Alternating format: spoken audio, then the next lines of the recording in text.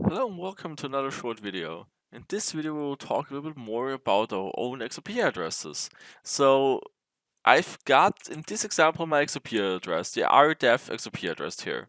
And if somebody would like, if I'd like, for example, a friend to pay me, then I would have to give that person obviously my public address. So and it's more or less the XRP address. Let's call it that way.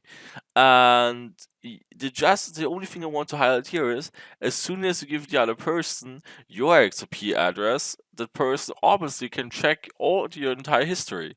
So that's something quite obvious. So the other person can take your XRP address and verify everything you've done. So which accounts you've created, which transactions you have, how much is on your account, and so on. Which is fine, but I just want to highlight that you know that. And for example, let's say I've got here a secondary account, which for example just has small balances. But for example, let's say I've got another account, um, which has huge amounts of XRP, whatever. Let's say 10k is not much, but let's say there's an account with 10k XRP, which I don't want people to know about. So then, obviously, our whatever big account. Okay, right. Then I would obviously use this account for and I've activated both accounts using Binance. So Binance I activated these accounts with Binance, why not?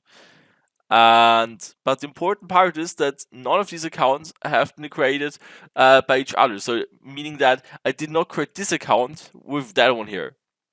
As you know, you can create new accounts, so activate accounts. If I would send from big account XRP to this account to activate it.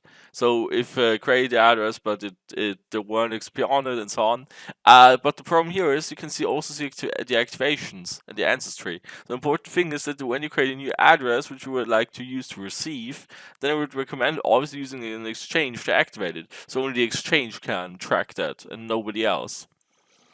And that's what I would basically recommend here. So I would use the RDEV address or other address to get paid. So for the small transactions, and then if you ever intend to get it on this one, you would have to use the any exchanges intermediary. So you have to send it to an exchange, Binance, whatever, Bitstamp, Gator, and so on. So there are multiple exchanges you could use. Or if you don't mind, then obviously you can also use the direct account to get paid. And also now there's the same dilemma. So whenever you post your address online somewhere, anybody can check your account balance. So again, I just want to highlight that here. So wherever you post that, anybody can check it.